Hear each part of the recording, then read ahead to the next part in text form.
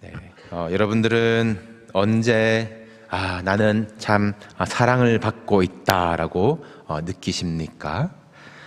유명한 책에도 무슨 5가지 사랑의 언어가 있다, 인정하는 말로, 또 함께하는 시간으로, 선물로, 신체적인 접촉으로, 또 봉사하는 것으로, 이 사람마다 사랑을 주고받는 언어, 이 방법이 다르다라고 분류를 하기도 하는데, 이것이 어떻게 딱 분류가 되겠습니까만, 이 사랑의 표현이었는데 몰라주는 경우, 오히려 섭섭함만 쌓여가는 경우가 너무도 많은 우리들이기에 나와 상대의 사랑의 언어를 배우는 일은 참 필요한 것 같습니다. 사랑을 받는다라는 주관적이고 추상적인 개념을 심리학에서는 애착이 형성된다라고 연구를 했죠.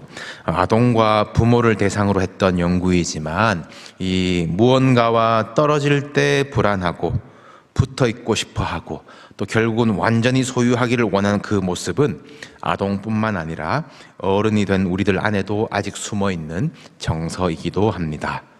사랑받는다라는 애착이 사랑을 내놔라, 아니면 나는 이렇게 사랑한다, 이 집착으로 변질되는 것도 순식간이죠. 교회 안에서는 당신은 사랑받기 위해 태어난 사람이라고 주입해 보기도 합니다만, 우리는 어디서 사랑받을 수 있을까 외로워하고 헤맬 때가 많은 것이 참 쓸쓸한 현실입니다. 혹시 사랑받는 사람을 볼 때에 저 사람은 참 사랑받는 남편이야, 사랑받는 아내야 라고 할 때에 우리는 비결이 뭘까 궁금해합니다. 그 사람의 어떤 면이 사랑받을 만한지, 거기서 이제 비결을 찾죠. 특출난 점이나 배울 만한 점이 있긴 있을 겁니다. 그런데 관계를 관찰하다 보면 결국 사랑을 주는 쪽이 더 큰 사람이더라고요. 사랑이 전해지고 흘러가는 그 더 큰 수고, 더 큰 비결이 사랑을 주는 이에게 있는 것을 봅니다. 더더군다나 우리가 하나님의 사랑을 받는다, 우리가 신앙 안에서 사랑을 받는다, 사랑을 입었다라고 한다면 받는 자가 뭘 잘했는지, 뭘 받을만 했는지 보는 것이 아니에요. 사랑을 주시는 하나님의 사랑이 어떤 사랑이신지, 얼마나 크고 깊은 사랑인지, 거기서 비결을 찾고 하나님을 힘써 알아야 하겠죠. 성경에 하나님께서 이 여호와의 사랑을 입은 자라고 부르신 인물을 둘 꼽을 수 있습니다. 한 사람은 이름을 여디디야라고 붙여주세요. 하나님의 사랑을 입은 자라는 뜻인데 바로 솔로몬의 애칭입니다. 다윗과 밧세바 사이에서 태어난 아들이에요. 솔직히 그 둘 사이에서 무슨 사랑을 받을 만한 자격이나 체면이나 공로가 있습니까? 왜 하필 솔로몬이 성전을 지을까요? 그러나 하나님이 그렇게 부르시기로 선택하신 것이에요. 택하신 것이에요. 비결은 하나님의 사랑입니다. 두 번째는 아기 예수께서 이 땅에 오시고 청년 예수로 자라시기까지 뭘 하셨어요? 아직 가르치신 것도, 이적을 나타내신 것도, 선포해 본 것도 없고 아무 영광도 나타내지 못하신 것 같지만, 한 인간으로 세례를 받으시는 그 자리에 하나님은 이는 내 사랑하는 아들이요 내 기뻐하는 자라 하늘을 열고 소리치시는 것이에요. 예수야, 너 땅에 가서 뭐하니? 하실만 하시지만 또 너 임무 알지? 너 할 일 알지? 나를 기쁘게 해라. 조건도 없어요. 예수님께조차도 사랑받는 비결은 없었습니다. 그냥 하나님이 사랑하시는 거예요. 로마서 말씀이지요. 우리가 아직 죄인 되었을 때에 그리스도께서 우리를 위하여 죽으심으로 하나님께서 우리에 대한 자기의 사랑을 확증하셨느니라. 우리가 아직 죄인, 하나님의 사랑을 입을 자격도 없을 때에 하나님이 우리를 얼마나 사랑하시는지 예수 그리스도를 통하여 확증하셨습니다. 이것이 우리가 사랑받는 단 한 가지 충분한 이유예요. 이것이 비결입니다. 밭에 감춘 보화예요. 그러나 결국 모두가 알아야 할 비밀, 비결, 복음인 줄로 믿습니다. 여러분, 지난 한 주간 무슨 일이 있으셨습니까? 생업에, 일상에 치열하게 사셨습니까? 혹시 우울감과 외로움이 괴롭혔습니까? 말씀도 안 들어오고 기도 자리에 가는 길이 그렇게 멀고 무거울 때가 있죠. 내가 사랑받을 만한 일을 했을까? 암만 생각해도 나는 하나님의 자녀라기에는 좀 그렇다. 여러분, 그 생각에서 벗어나십시오. 누구도 끊을 수 없는 하나님의 사랑이 이 시간도 주의 이름으로 모인 우리들을 향하고 있는 줄로 믿습니다. 여러분은 사랑을 입은 자, 내 기뻐하는 자이십니다. 여러분, 교회는 이 사랑이 있는 곳이에요. 큰 사랑을 입은 자들이 값없이 받은 그 사랑을 나누는 자리예요. 교회에서 사랑 못 받으면 어디서 받을 수가 있겠습니까? 저 사람은 사랑할 수 없다, 인정할 수 없다, 저 사람은 왜 사랑 못 받는지 알겠다. 그것은 육신의 생각, 내 안에서 나오는 내가 정의한 사랑, 내가 주인인 감정입니다. 그런 애착, 집착 끊어내십시오. 사랑하는 자들아, 하나님이 이같이 우리를 사랑하셨은즉 우리도 서로 사랑하는 것이 마땅하도다. 아들을 내어주신 그 조건 없는 사랑이 우리 심령과 여러분들 가정과 교회를 가득히 채우고 우리 안에서 그 사랑이 흘러가고 전해지시기를 주님의 이름으로 축복합니다. 우리 평소와 서로는 좀 다르게 시작했습니다만 오늘 데살로니가 교회를 향하여서 바울은 하나님의 사랑하심을 받은 형제들이라고 부르고 있거든요. 그리고 너희가 믿음의 본이 되었다라고 칭찬을 하고 있는 참 매력적인 교회입니다. 그런데 이 데살로니가 교회의 상황을 보면서 그래서 사랑받을만 했구나, 칭찬받을만 했구나 비결을 이 데살로니가 교회 안에서 찾으면 안 된다라는 것입니다. 오히려 잘한 만큼 가지고 있는 문제도 많은 교회였어요. 그럼에도 불구하고 이들이 참 감사한 교회, 기뻐하시는 교회가 되는 비결이 무엇일까? 무엇을 이들이 쥐고 있나? 결국 오늘의 결론이 되겠지만 우리가 시리즈로 보고 있는 복음과 교회, 이 복음이 이 교회 안에서 어떻게 역사하였나를 함께 보면서 우리 교회도 말씀과 복음 앞에 정렬되어야겠죠. 이 지난주 사도행전의 말씀이 데살로니가에 있었던 바울의 팀들의 이야기였습니다. 바울과 실라와 디모데와 누가, 이 참 훌륭한 일꾼들이 지켰던 기본 원칙, 안식일의 회당으로, 말씀 앞으로, 말씀에서 시작하여 말씀을 강론하고 증언하였을 때에 희한하게 그것을 맞아들였던 사람들이 있었습니다. 말씀 위에 또 야손의 집에 교회가 세워지는 건데 이것을 시기하는 유대인들이라고 했죠. 자기들이 말씀 위에 서 있다, 내가 옳다, 내가 말씀의 권위자다 착각했던 이들이 불량배를 동원하여 바울을 위협했습니다. 그래서 바울과 실라가 베레아라는 곳으로 도망을 하고 또 유대인들이 또 베레아까지 쫓아오니까 다시 아테네로 옮겨가게 됩니다.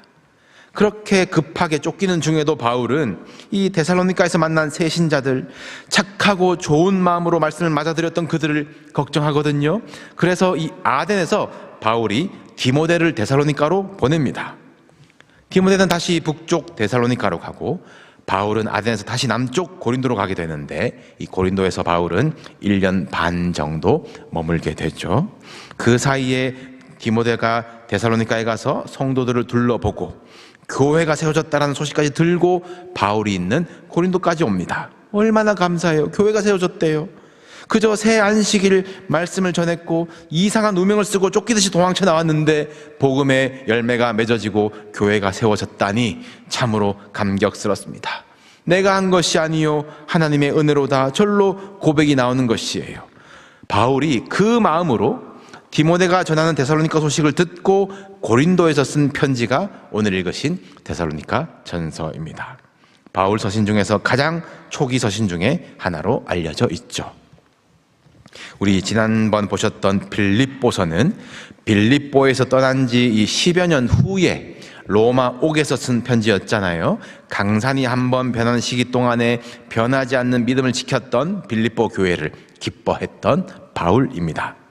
이 반면에 데살로니가 전서는 바울이 데살로니가를 떠나고 1, 2년 안에 쓴 편지입니다. 데살로니가는 당시에 이 마게도니아라고 하는 이 구분된 지방의 수도였어요. 이 오하이오라는 이 지방의 신시내티라는 도시식으로요. 이 같은 시기에 써졌던 갈라디아서는 이 갈라디아서 지방, 예를 들면 오하이오에서 안에서 돌려봐라라는 이 회람 편지였고, 데살로니가 전서는 오늘 본문에도 데살로니가인의 교회에 편지한다라고 도시가 특정되어 있습니다. 이 로마 제국의 유명한 것이 법과 길이라고 하지 않습니까? 이 로마의 길, 그 도로는 2000년이 지나도 아직 남아 있어요.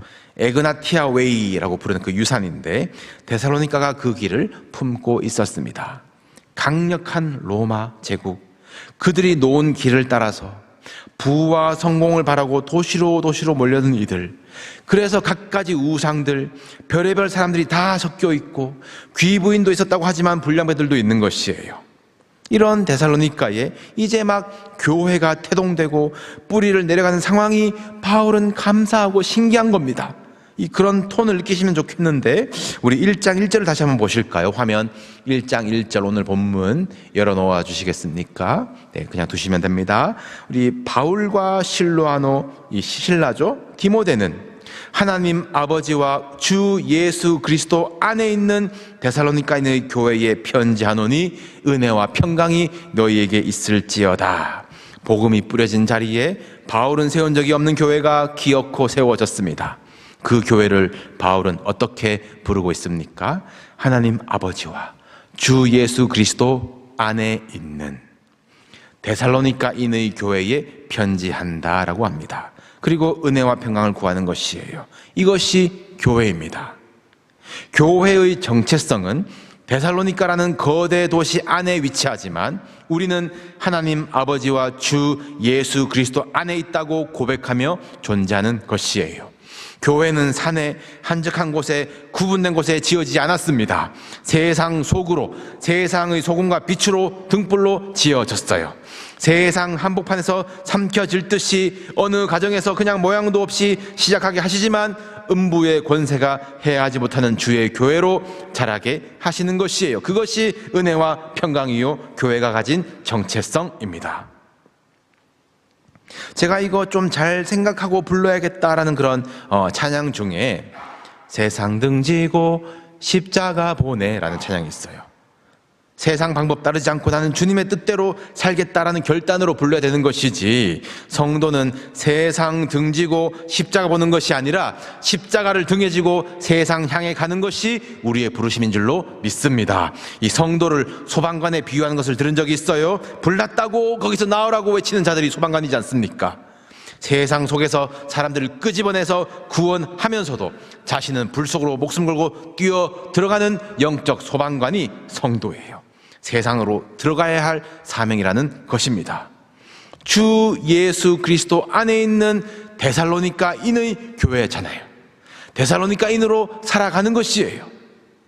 나는 데살로니가에 물들지 않겠다, 나는 그리스도인이다 혼자 낚시하는 것이라면 그렇게 고고하게 낚싯대만 들이대고 담그고 물에서 한 발 떨어져 깔끔하게 살 수 있을지 모르겠지만, 주님은 우리로 사람 낚는 어부로 부르셨는데 그물 붙들고 씨름하면서 밤새 수고하기도 하고 또 지치지 아니하고 말씀에 순종하여 그물을 내리려면 어찌 우리 몸이 젖지 않을 수 있겠습니까?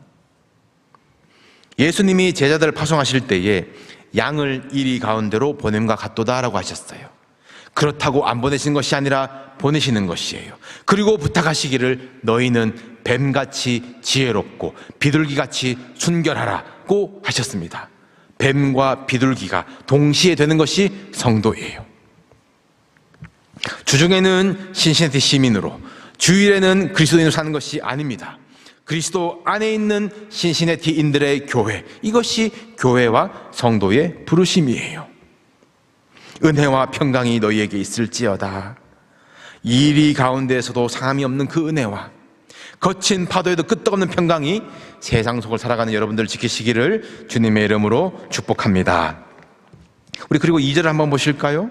우리가 2절 열어주십시오. 우리가 바울뿐만 아니라 실라와 디모데가 함께 너희 모두로 말미암아 항상 하나님께 감사하고 기도할 때 기억한대요.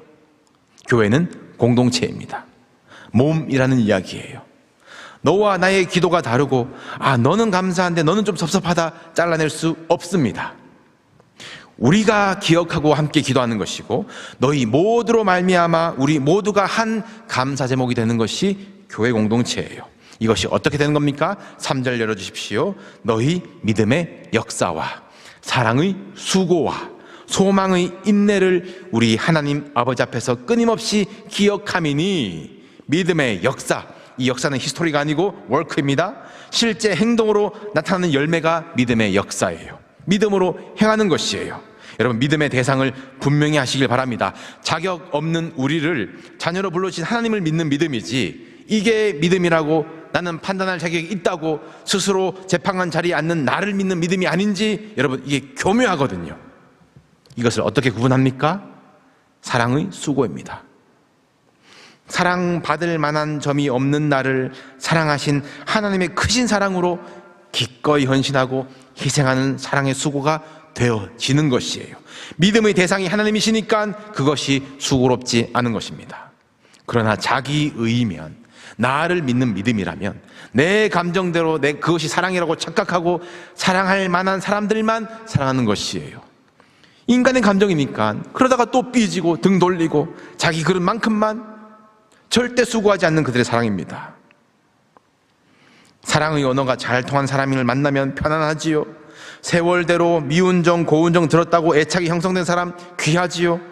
이 바닥에서 그래도 의지한 이들은 이뿐이라고 집착이 된 사람, 이민자들의 애환과 질투이기도 하지만 그런 사람을 좋아하는 것을 사랑의 수고라고 할 수 있을까요? 그것이 믿음의 역사일까요? 하나님의 사랑으로 사랑한다라는 것은 저 사람이 사랑할 만한지 안 한지, 나에게 어떤 유익을 주는지 따지는 것이 아닙니다.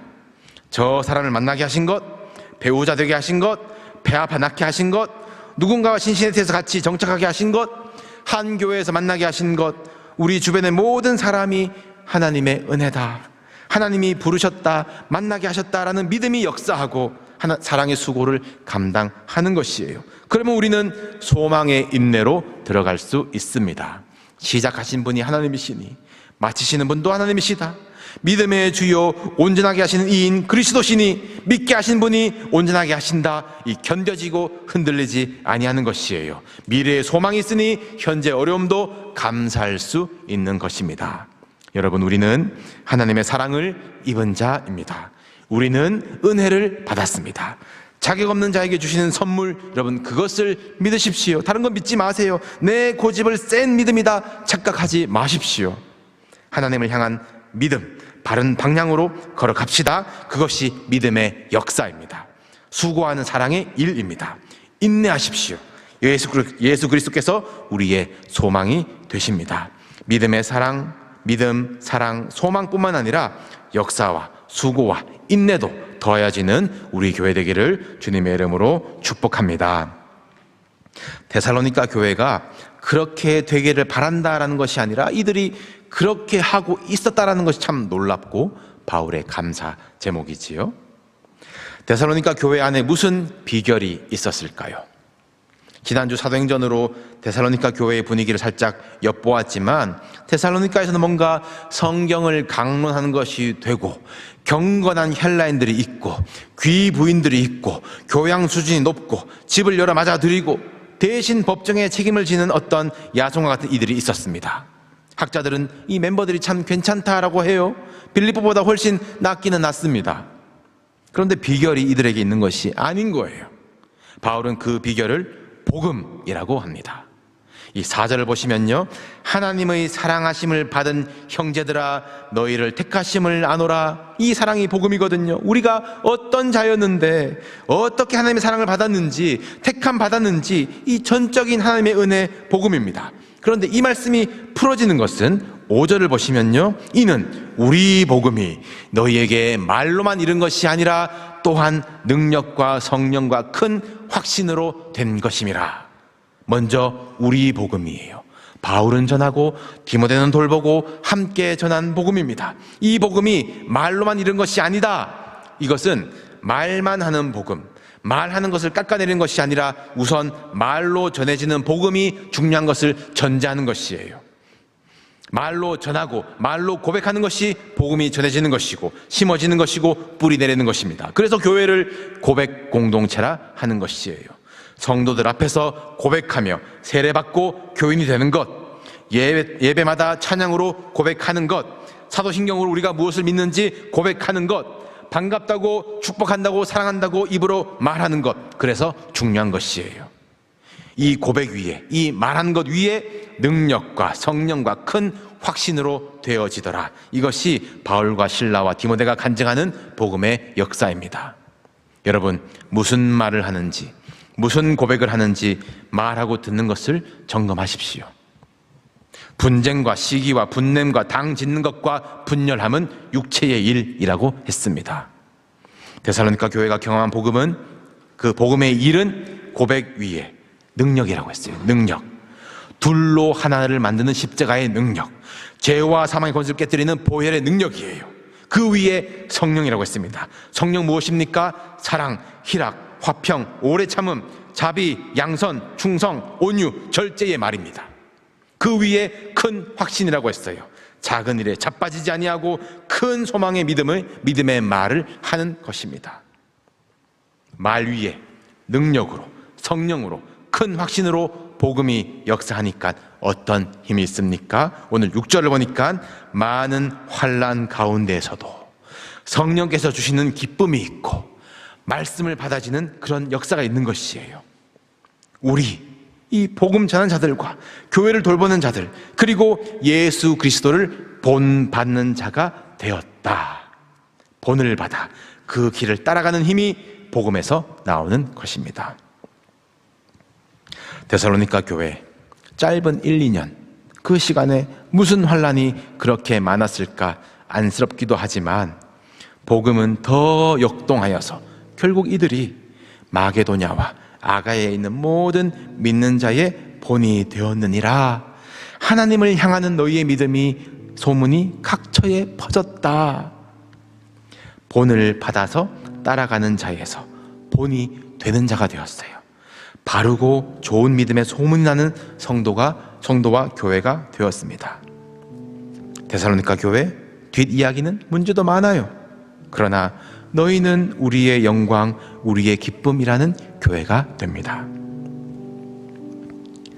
믿음의 역사와 사랑의 수고와 소망의 인내로 품은 말씀은 살아있습니다. 반드시 복음의 뿌리를 내리고 자라고 성숙하여 열매를 맺습니다. 나의 걸음이 아니요 예수 그리스도의 걸음을 본받아 따라가면 우리는 자연스럽게 다른 이들에게 본이 되는 자로 성장하게 됩니다. 그렇게 되어야 합니다. 여러분, 먼저 믿은 자들 본이 됩시다. 자라가는 이들 우리 본을 받아 따라갑시다.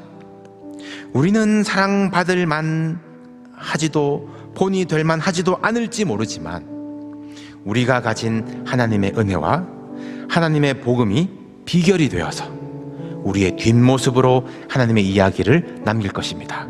우리의 발자국으로 하나님 나라의 표지판을 만들 것입니다. 우리는 하나님의 큰 은혜를 입은 자, 하나님의 신실하신 사랑을 지금도 받고 있는 자, 하나님의 목적대로 신시내티에 심으시고 함께 믿음의 일을 하며 사랑의 수고를 하며 인내 가운데 소망을 품게 하신 교회입니다. 그 일에 우리는 함께 부르심을 받았습니다.